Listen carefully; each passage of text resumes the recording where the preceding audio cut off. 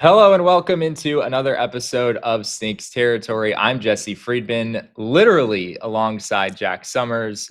Yes, we are on two separate screens, but just to give you all a little preview, Jack is right there. So, from a tech standpoint, this wound up being the easiest way to do it. So we appreciate you all bearing with us. We play around with some odd situations on the tech side. But with that said, let's go ahead and jump into this game, Jack. It was not a great one for the Diamondbacks, as they very nearly pulled off one of those famous Diamondbacks comebacks, and yet we're not able to actually do that when all was said and done.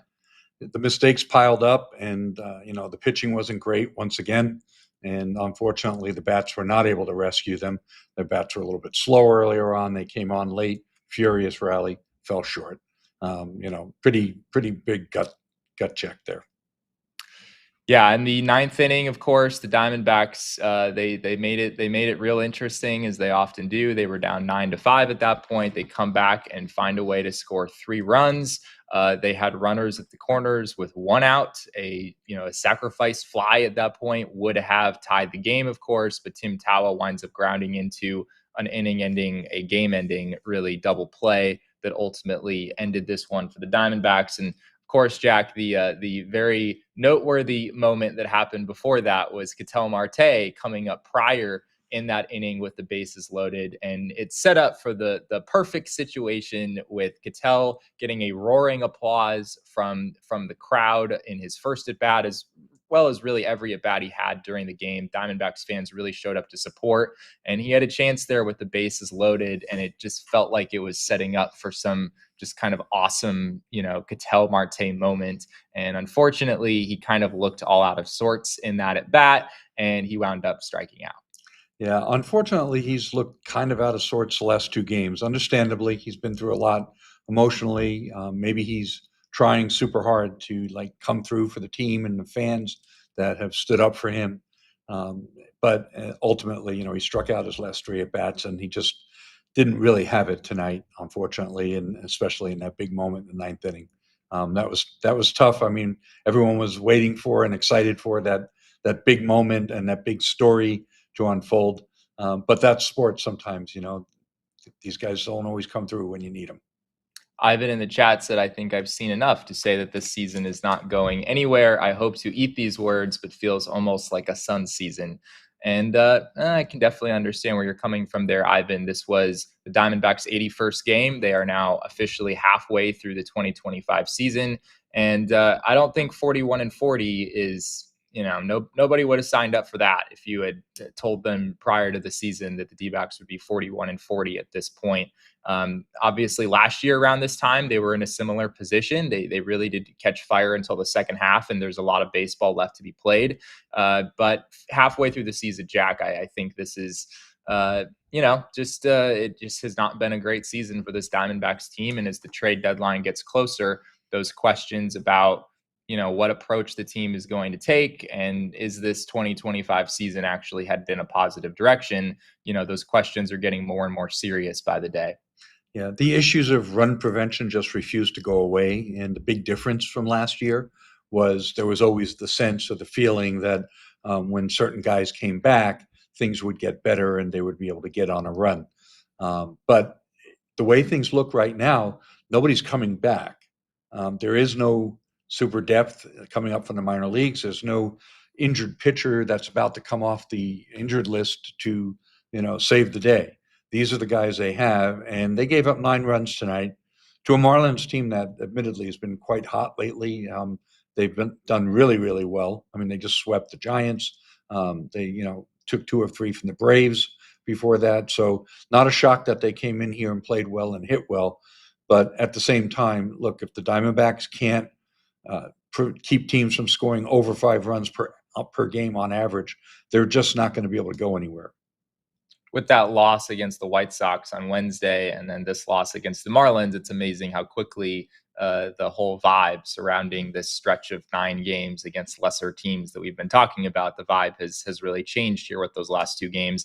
D-backs won 4 of the first 5, and at this point they are now 4-3 with 2 games in that stretch left to go. I know going into it, Jack, we talked about what would be considered a success in this stretch of 9 games. And you said that 5-4 was maybe your expectation, and they could still do better than that. They could still go 6-3, but I guess I maybe have to hand it to you there. 5-4 is they'd have to win both of the next 2 games in order to finish 6-3, and I'm not sure you can really bet on that with this team playing the way it is right now. You're not going to be able to get on a run with this kind of pitching and run prevention. I mean, the defense really hurt tonight. Josh Naylor dropping that ball on a play that absolutely has to be made, and then all the runs that led to subsequently. It's just, it's really tough to stomach watching this pitching staff go out there every night. But these are the guys they have. I mean, you've got 3 starters over 5 ERA. You've got a bullpen that is beyond leaky. One thing Torey Lovullo mentioned in the postgame tonight, when questioned why he sent Tayler Scott back out for a second inning when the lead had been cut thanks to Alek Thomas's home run. And he made a good point. He said, look, I've got 17 games in a row here. Yeah. And I've got to use all 8 of my relievers. I can't just lean on the top 5 guys. They're going to be, totally gone before the end of the season.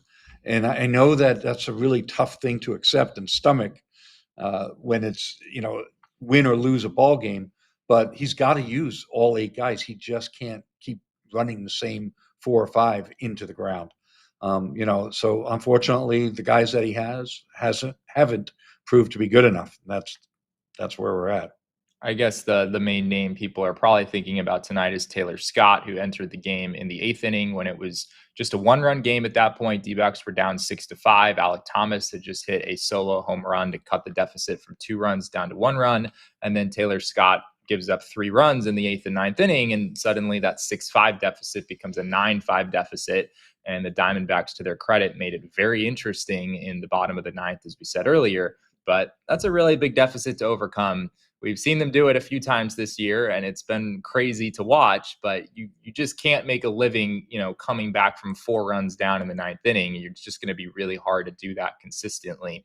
I guess another narrative that stands out to me within this game, Jack, is the 5th inning, where Merrill Kelly was cruising along, pitching pretty well at that point. He'd given up a couple of runs, but seemed to be kind of hanging in there.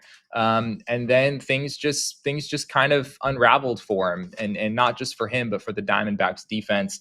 In that 5th inning, there was a error by Josh Naylor with 1 out that allowed a guy to reach first base, that being Connor Norby. And then Merrill Kelly tried to pick him off, wound up using 3 disengagements. Norby goes to second base then with a balk. And then Merrill just looked all out of sorts at that point. He walked the next batter, the number 9 hitter, on 4 pitches. So now you've got first and second, 1 out. And then Xavier Edwards hit a single that, in Merrill's defense, was not hit particularly hard, but it did count for a base hit. Jesus Sanchez pops out. So you've got a chance to get out of this. And then the really costly play there, Otto Lopez hits just a slow tapper back toward the mound, and Merrill Kelly throws it away, allowing, instead of just 1 run to score, allowing 2 runs to score. And yeah, I mean, when you have 2 errors and a balk in 1 inning, you're just kind of shooting yourself in the foot. And especially with the D-backs coming back in the way they did at the end of this game, it makes you really think back to that 5th inning of how things could have been different if they were able to make those plays. And this is something that we've seen all year long, on and off, right? It's not always been the defense. Obviously, Merrill Kelly's been, one of the lone bright spots in the pitching staff this year. So I don't want to, bag on him too much. Yeah. It was not his best game.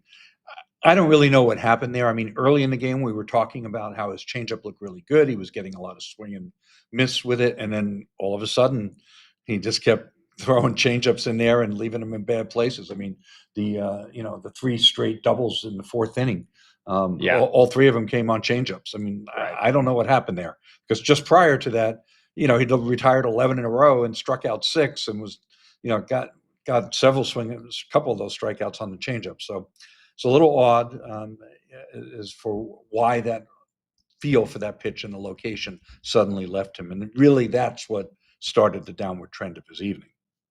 People in the chat are, of course, talking about Tayler Scott and the fact that he has just not pitched well for the Diamondbacks this year. Could he be a DFA candidate, something like that?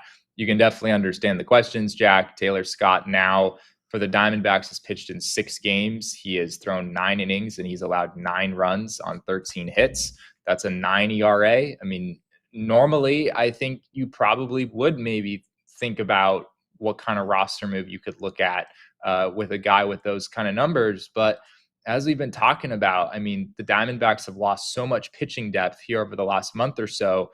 And it wasn't like they had a ton of it to begin with, at least certainly not in the bullpen. And so I don't really know who you would go to if you were to move on from Tayler Scott at this point. I guess it's possible that they're maybe getting close to making a move there, but I don't think it's really a clear-cut decision.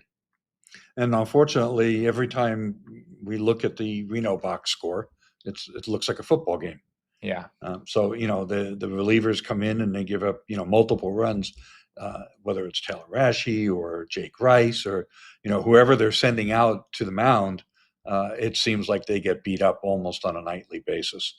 So I'm not really sure what the answer is going to be there. Unfortunately, there's no easy moves for Mike Hazen to have made at this point.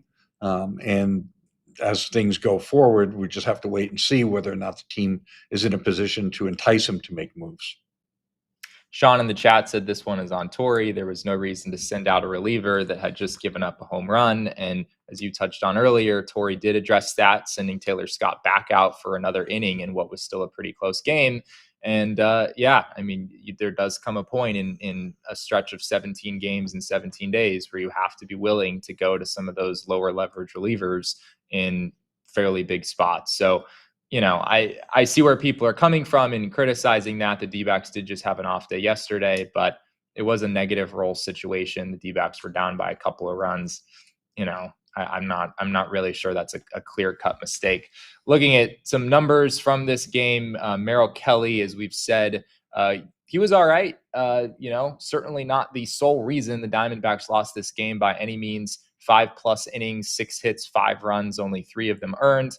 He walked 1 and struck out 7. I did think it was interesting, Jack, that Torey seemed to regret sending Merrill Kelly back out to start the 6th inning. He, of course, gave up a home run and then wound up leaving the game at that point. Torey said that he noticed that Merrill Kelly's stuff had dropped off, and he kind of seemed to regret, as I said, sending him back out there at that point. Yeah, I need to accept a correction. Taylor Rashi from Joey Millsap points out that he actually has a sub-4 ERA. So I misspoke there. That's a mistake on my part. He, in fact, has a 3.48 ERA. So I appreciate that. Thank you. Yeah, I mean, the Merrill thing was interesting where he did start out with his velocity up a little bit. He was throwing 93, 94 early in the game. And then, yeah, I think his last pitch of the game that was hit for a home run was 89.9. So I don't know, Jack, does that pose any concern level for you? Do you feel like Torey, was right and that he shouldn't have let Merrill go back out there to start the 6th? It's a valid question. I mean, we were questioning why he had Kevin Ginkel up in the 5th inning with Merrill when Merrill was at 73 pitches and Kevin Ginkel got up. Yeah. And, so the question at that point was like, what's Torey seeing at this point in the game? Yes, Merrill had been struggling and giving up some hits and things weren't going very smoothly. But at the same time, with his pitch count below 75, it did seem a little odd to get Ginkel up so quickly. Now, he didn't end up putting Ginkel in at that time. He came back in the 6th and, of course, went to Murillo. But, they might have seen something there as well before even the velocity drop. Well, we have a whole lot more to get to, some injury updates. Of course, Josh Naylor exited this game early, so we'll talk about that. We have some news from Torey Lovullo on that front. We'll also talk about Corbin, Carroll, and Justin Martinez, who have some notable injury updates there as well. And we have some other topics to get to on this Friday night episode of Snakes Territory, so we'll be back right after this break. FT fam, did you know that Huel has sold over 500 million meals around the world, and now it is your turn to try it. While I drink it. Drink up, Scott, so I can discuss Huel and how I love it. I had some for breakfast this morning. I like to drink it post-workout because of the protein included in it. It always tastes delicious, whether it's strawberry, banana, chocolate, vanilla, whatever the flavor is. It tastes like a dessert, honestly. It should not taste as good as it does. I agree. New customers get 15% off plus a free gift at Huel.com when you use the FT code. That is FOUL, F-O-U-L, at Huel.com/foul. Don't miss out. Try Huel today for a perfectly balanced meal. If you miss a meal, if you're looking for a little protein boost, you just saw me drinking the Black Edition ready to drink. There's the vanilla flavor. I love what the chocolate brings to the table. It's really damn good. So give it a shot, FT fam. 15% off plus a free gift for new customers with the code FOUL.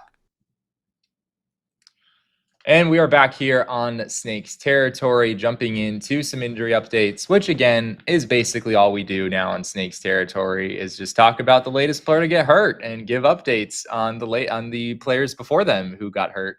I guess we'll start with Josh Naylor, Jack, since that's the most recent storyline here. We just heard from Torey post-game that Naylor exited the game with neck stiffness. So sounded to be completely unrelated to the shoulder injury, but then you asked a follow-up question whether it was related to the shoulder injury, and Torey said, maybe it seemed like he kind of, I don't want to say soft tissues are related. Yeah, it was kind of a vague answer, but he did not come and just outright say, no, it is not related to the shoulder injury that he had previously. So it makes me think there's at least some connection there. Torey said that he expects Naylor to be down tomorrow and then back in the lineup on Sunday. That's pretty much all we know right now. Also that he's still not scheduled for any kind of imaging or MRI. Yes, which is definitely worth noting as well. So sounds like Naylor is going to be just fine. Torey didn't sound overly concerned, but do with that what you will, given the recent history with this team. Other injury updates we have, we'll start here with Corbin Carroll. The timeline here is not well defined. Torey initially said pregame that there is no timetable for Corbin, but then somebody asked if the All-Star break was a realistic timeline potentially. And Torey, he didn't say, yes, I expect him back before the All-Star break, but he also didn't rule it out. It sounds like that is within the realm of possibility. The follow-up question was born out of something that he said on the radio. So I didn't hear it from myself, but it seemed like he must have indicated that there was a possibility for Corbin to come back. So that's why that question was asked during today's press conference here at Chase Field. My takeaway from it was that Corbin really wants to try to get better and get back and get into that game.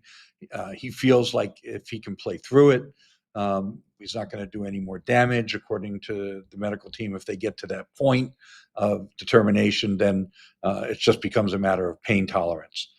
That's the gist of what he said today.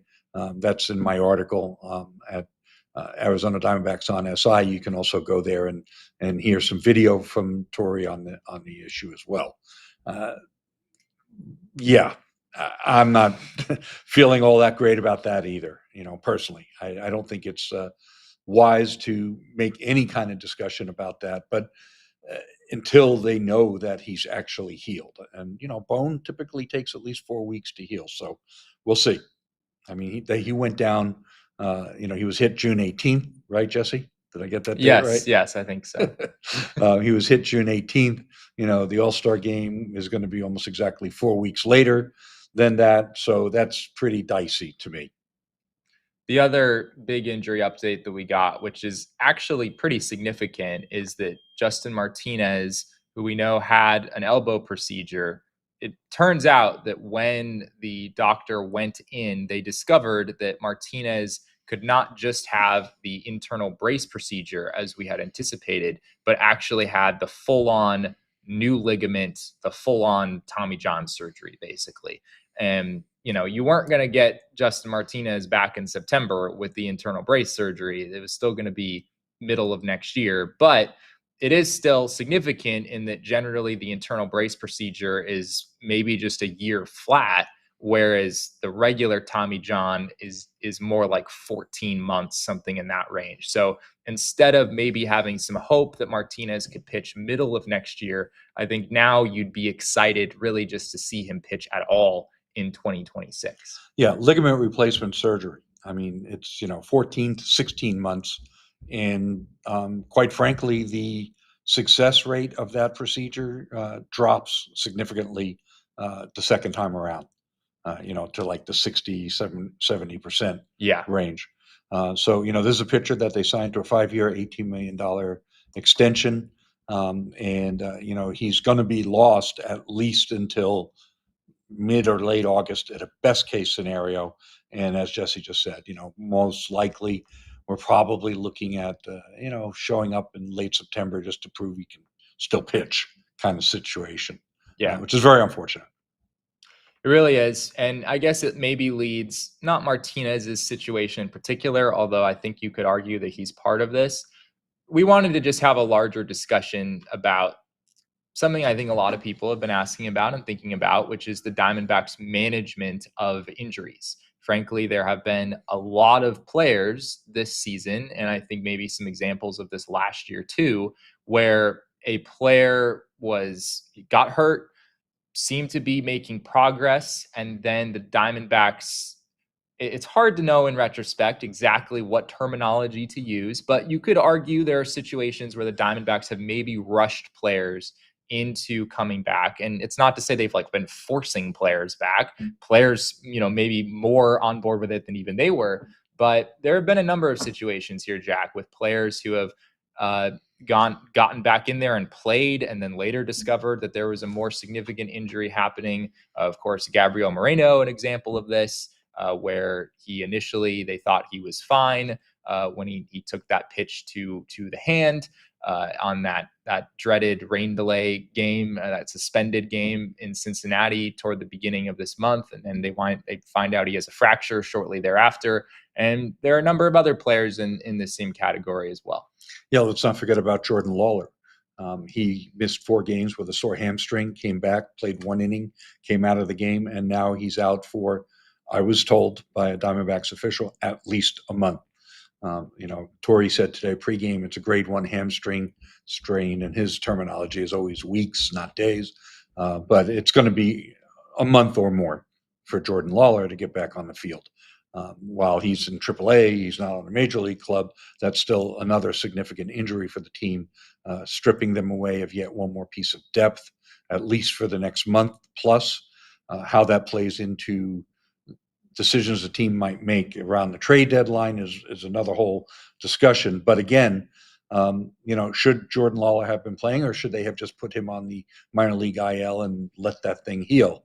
It's a valid question. I don't have the answers. Look, we walk in that locker room before and after every game, and we see guys with, ice packs on their shoulders bigger than my head. And, guy's got one on his knee and one on his calf, and, where they got hit by a pitch, and they've got stim, machinery on their back and different parts of their body. I mean, these guys, they wear it. It's a 162 game season, and something always hurts.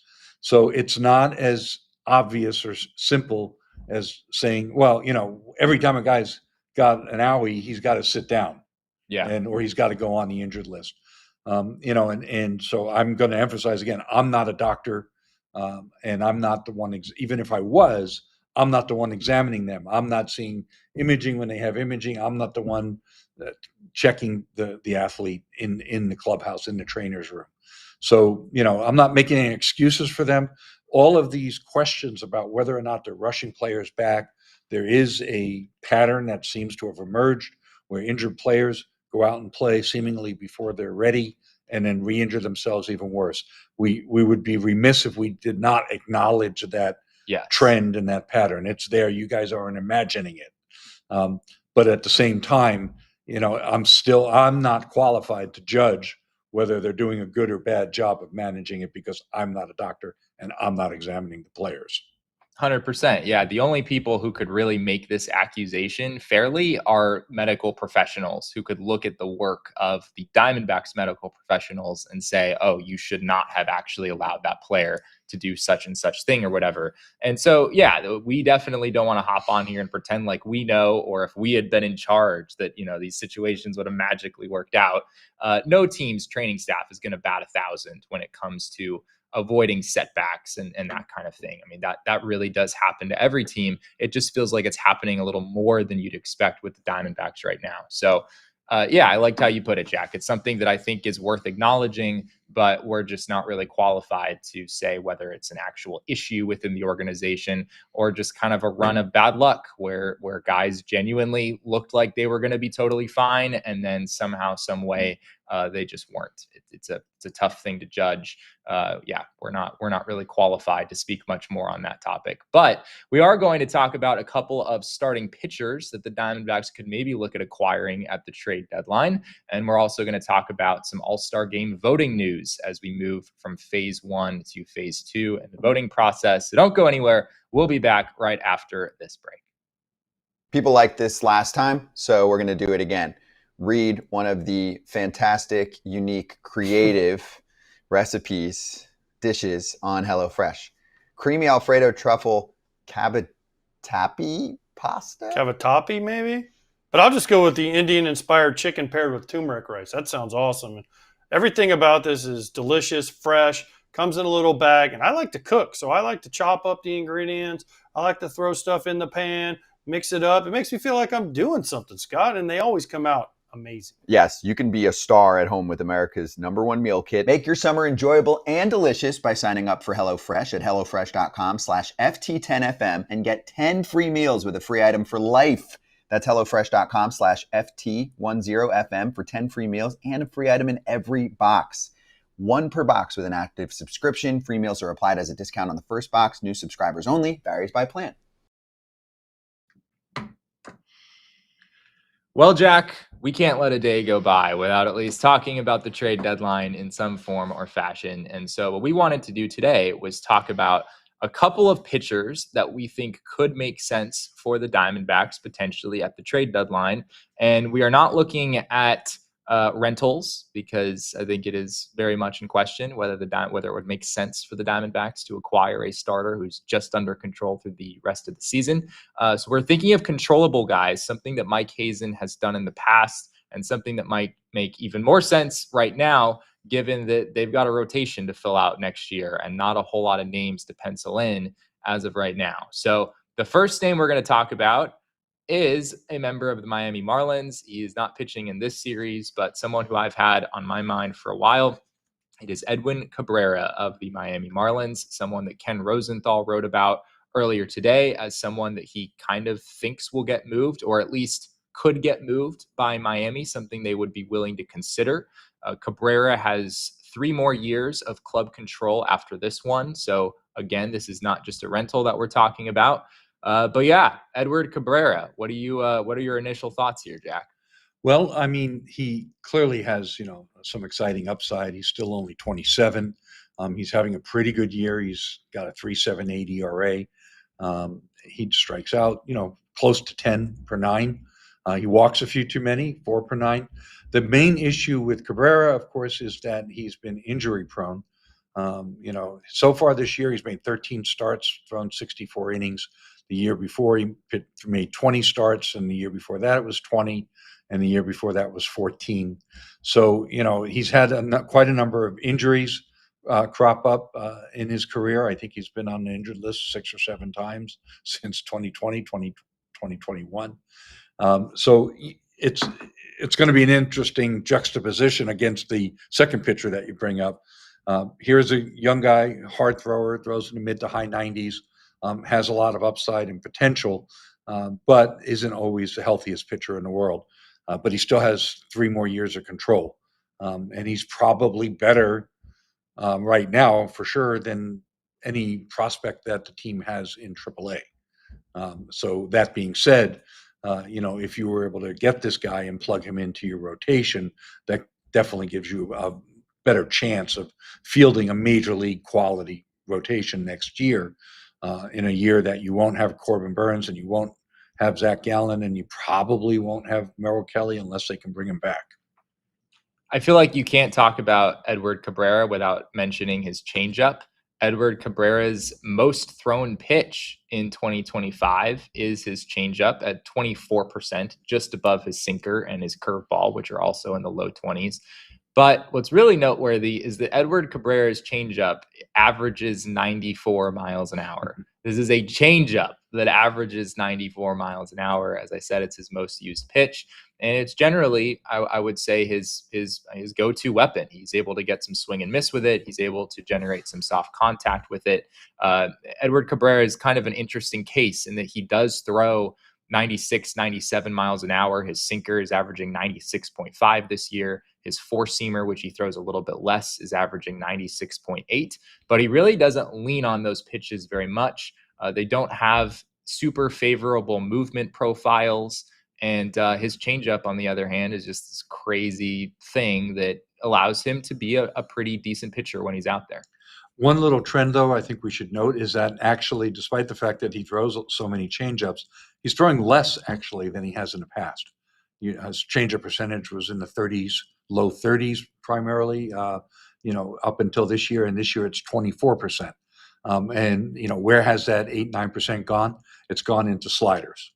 He's throwing 15.6% sliders this year. So here's a pitcher that's, throwing fewer four-seamers, more sinkers, a lot more sliders. He's becoming a sinker slider guy and reduced actually the number of his changeups, but it's still quite a bit, and it still is probably his best pitch. Yeah. So I think there's some interesting upside here. He's a guy who has a 3.78 ERA in 13 starts this year, more of a 5-and-dive guy. He's only pitched 64 and a third innings in 13 starts. So, you're not expecting Edward Cabrera to give you 6 innings every time he goes out there. But yeah, he's under control for 3 more seasons after this one. He's a guy who could help fill out this rotation over the next few years and give you competent innings, even though you're not necessarily expecting him to rise up and become a top of the rotation guy at this point. He's 27 years old. There's some upside there, but I don't know if anyone's thinking he has ace potential or anything like that. So I got a question for you, Jesse. Are you willing to trade Jordan Lawler for him 1-for-1? And is that enough? Yeah, it's really hard for me to know what Jordan Lawler's perception is right now by the league at large. I mean, he came into the year as, at least from public prospect lists, is top 10, top 20 prospects in baseball at worst.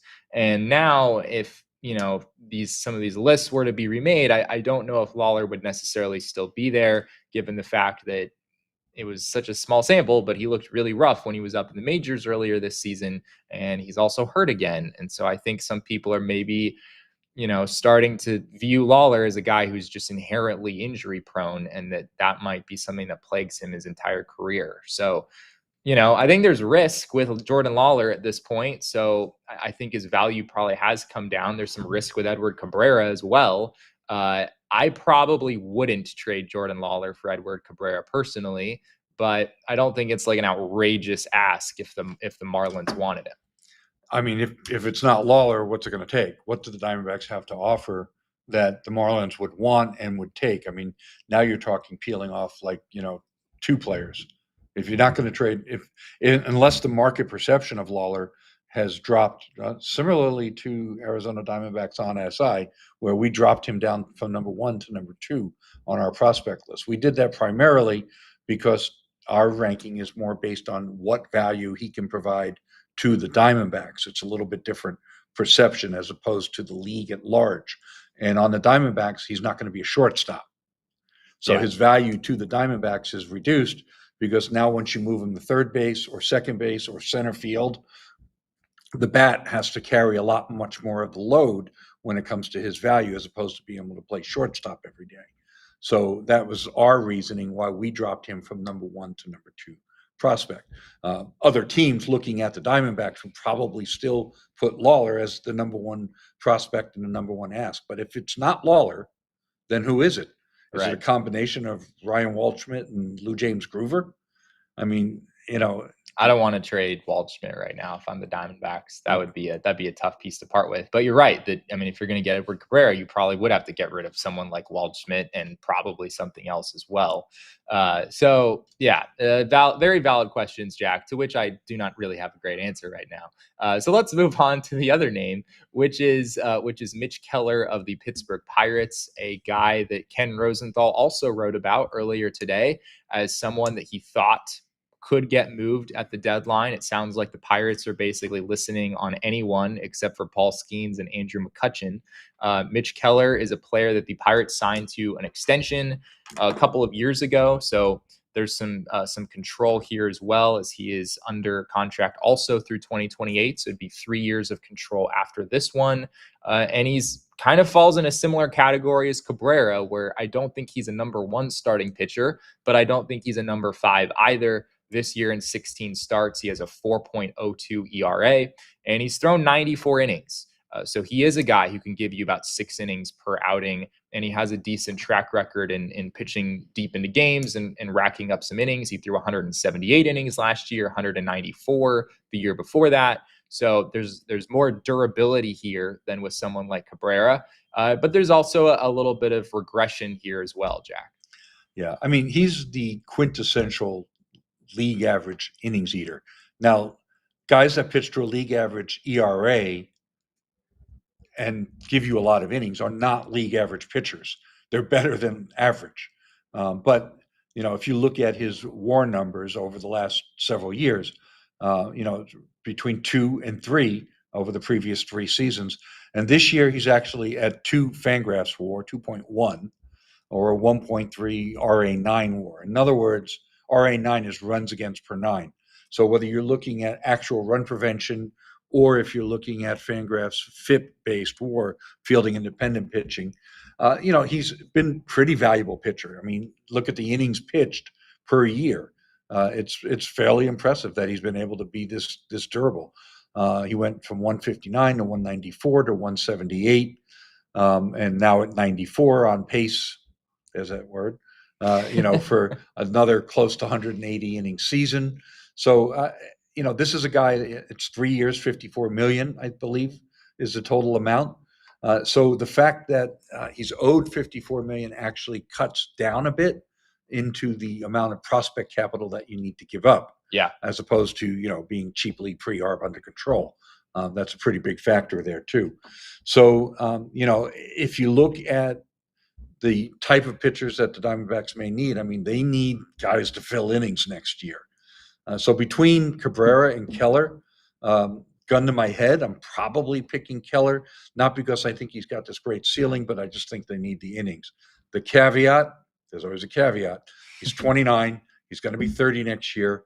The very fact that he's been durable and has got all these innings, we saw that worked out with Corbin Burns, right? Yeah, I mean, guys with a lot of innings on their arm that have been super durable all of a sudden are no longer durable. And it is notable that his strikeout rate's kind of cratered. It's down to 7 per 9. Strikeouts were never totally his thing, but now he's down to 7 per 9. So a little bit of a red flag there too. But this is what you're looking at in the market. If you're looking for guys that have some control, these are 2 pretty good examples, right? That, Ken brought up and that Jesse's brought to the table here for us tonight. You're either looking at a young guy that's controllable, that's cheap, but he's got warts because he's injury prone, maybe some control problems, or you're looking at an older guy that's under control. It's a manageable contract, but he's got a limited ceiling, and because of that track record, maybe there's an injury on the horizon. So, no easy answers here, folks, to bring people in from the outside. But these are the types of questions that the Diamondbacks front office is certainly investigating. Cade makes a good point in the chat that Mitch Keller is actually down to a 3.90 ERA because he pitched today against the New York Mets and threw well.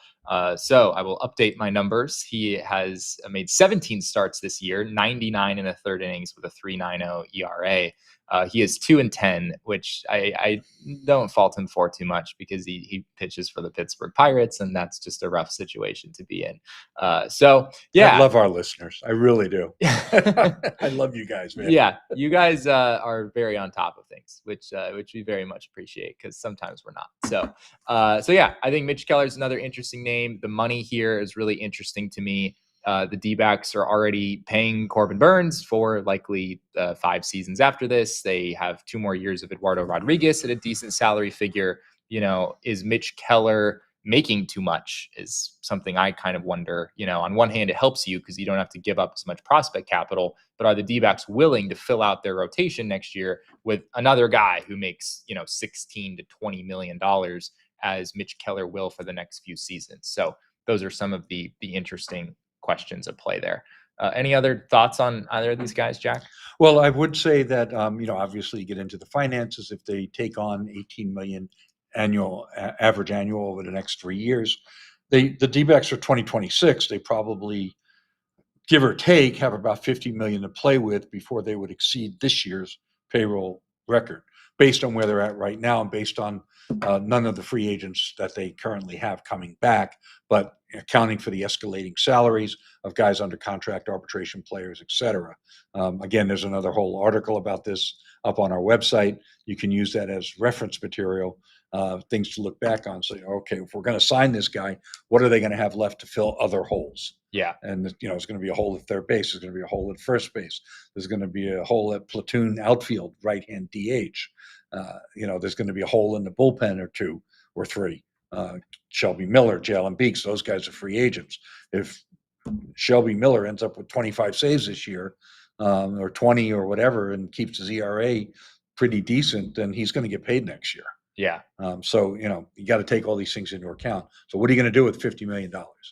All right, you want to give 18 million per year to Mitch Keller. That's fine. Now you're down to 32. What are you going to do with 32 million to fill all the other holes?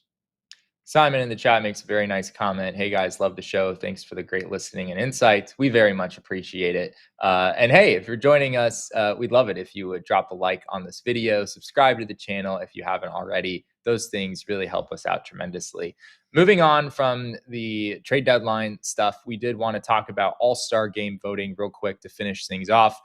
Ketel Marte, as we display here, did wind up in first place among NL second basemen in the first phase of voting. The two finalists, the way the system works now, there are two finalists. It is Ketel Marte and Tommy Edman as the finalists from phase one. So at this point, we move on to phase two, and it is going to be a battle between those two guys. That starts on Monday at 9 a.m. Arizona time and goes until Wednesday at 9 a.m. Arizona time, I believe. Jack, this should not be close. Tommy Edman has had a nice season for the Dodgers, but Ketel Marte, as we've been saying for a while, is really the best second baseman in baseball, and it's not particularly close. Well, it shouldn't be close, but you're going to have to tell not only the people in the largest metropolitan area in the United States, but also the people in the country of Japan to stop voting as homers and vote for the best player. Yeah. Good luck. Yeah, but it does. I mean, it is, just to show these numbers again. Ketel Marte won handily in phase one. He had 2.5 million votes, and Tommy Edman had 1.8. Yes, LA, the fan base behind him, behind Edman, is going to be massive. But if you're just a casual baseball fan who roots for, the Braves or something, like, you're going to vote for Ketel Marte if you're casting a ballot because the numbers are so incredibly obvious. So, yes, if you're a Diamondbacks fan, you very much should be voting. Ketel is completely and utterly deserving of a starting spot in the All-Star game. And if he wins in phase two against Tommy Edman, he will get just that. Unfortunately for the D-backs, they had some other players who were not so fortunate. We are showing here the final tally for third base and for the outfield. You can see that Eugenio Suárez was the first guy who didn't make it at third base. Manny Machado and Max Muncy, the two finalists there. And then Corbin Carroll was the top guy to not become a finalist for outfield in the National League. So unfortunately, Jack, this is just kind of the nature of the process where as you were talking about earlier, Diamondbacks players are just not going to fare as well in this as they probably should. So you're telling me that Teoscar Hernandez is not better than Corbin Carroll? I'm telling you that Teoscar Hernandez is not better than Corbin Carroll, despite the fact that he finished second among outfielders in the NL, which is wild. Teoscar Hernandez got 2.3 million votes to Corbin Carroll's 1.4, which is pretty absurd. But also Ronald Acuna Jr., who has played, don't get me wrong, Ronald Acuna Jr. has played extremely well since coming off the injured list, but he also has like 150 plate appearances the fact that he finished third in voting in the National League among outfielders, Corbin Carroll certainly should have been higher than him. You could make a case for Corbin over Andy Pages and probably Juan Soto as well, although those are maybe a little more debatable. So, and at third base, Eugenio Suárez, I think pretty clearly should have gotten in there over Max Muncy. Yeah, Torey spoke about it today. I mean, he wasn't, of course, he started with the caveats about the fact that Max Muncy and Manny Machado are great players, and he wasn't going to disrespect them in any way. But after getting corrected on his home run and RBI totals several times during the course of the press conference, because he couldn't seem to get those numbers right. Well, he said that Gino has more than 50 RBI and more than 20 homers. And one of our colleagues was like, he has 67 RBI and 25 homers. And I think Torey was very happy to be corrected in that moment. But, the point being that, Gino's he won Player of the Week 3 times. He had the 4-homer game. He's got the total slugging numbers. Yes, he hasn't had a great defensive season, but Eugenio Suárez should be in the All-Star game, and he should be in a home run derby. Yeah. Yeah, and to be clear, this does not mean that Corbin Carroll and Gino Suárez cannot be in the All-Star game. It just means they're not in the running to start the All-Star game. The way that the process works is you've got phase 1 to narrow it down, and then in phase 2, there's a battle between that smaller group where the starter is selected. So Corbin Carroll, Gino Suárez, at this point, I don't think even have a chance at starting the All-Star game, but they still could get there via the process that happens after that. The fans do not determine who the reserves are. So there is still very much hope for that to happen. Of course, we'll have to see how all of that unfolds. Hopefully Gino can get back to hitting home runs every single day, as it felt like he was doing before the injury happened. I think that's just about everything we have here. Jack, am I forgetting anything? I think that pretty much covers it. What's our schedule coming up here? Yeah, I feel like I never know. We appreciate all of you rolling with us, as our schedule is very all over the place and sporadic, it feels like, at all times. But keep it locked to social media. We'll post our schedule over there later in the weekend, so you know where all of our shows are coming for next week. I can say right now, though, that we will record a show after this Marlins series ends, and you can probably expect to see that either late in the day Sunday night or early Monday morning. So I can tell you when our next show is. It's going to be late Sunday night or Monday morning, just a recorded episode, not a live show. So be sure to keep a lookout for that. As always, we really appreciate all of you being with us here after a bummer of a Diamondbacks game late on a Friday night. It really means a lot to us. As I said before, we'd love it if you'd subscribe to our channel, drop a like on this video. If you're joining us after the fact, you can drop a comment. We'd love to interact with you there, and shout out to all of you who have joined us here on this live stream. We see all your comments, and we really, really appreciate you being here with us. Jack does a great job covering the Diamondbacks over at Arizona Diamondbacks on SI, so you can find his work at si.com/MLB/Diamondbacks. And before we get out of here, Jack, I feel like we have to acknowledge that we are sitting where Torey Lovullo sits when he does his press conferences. That is literally where we are doing the show from. His mic is like sitting right next to me here. So I don't know. I feel like a MLB manager or player or something sitting at the podium here of the press conference interview room. I'm just amazed that we got through it without the lights going out. Yeah. The lights, as you guys will probably come to realize, in a very unfortunate way in a future episode. I guess it already happened to Jack once before. The lights in this room are very unpredictable and really could go off at any moment. And miraculously, they have stayed on throughout the entirety of this show. But in order to make sure that they do not turn off on us, we are going to go ahead and call it right there. Again, thank you to all of you for being with us. We really appreciate it. And we'll be back with another episode of Snakes Territory on Sunday night or on Monday morning. Good night, all.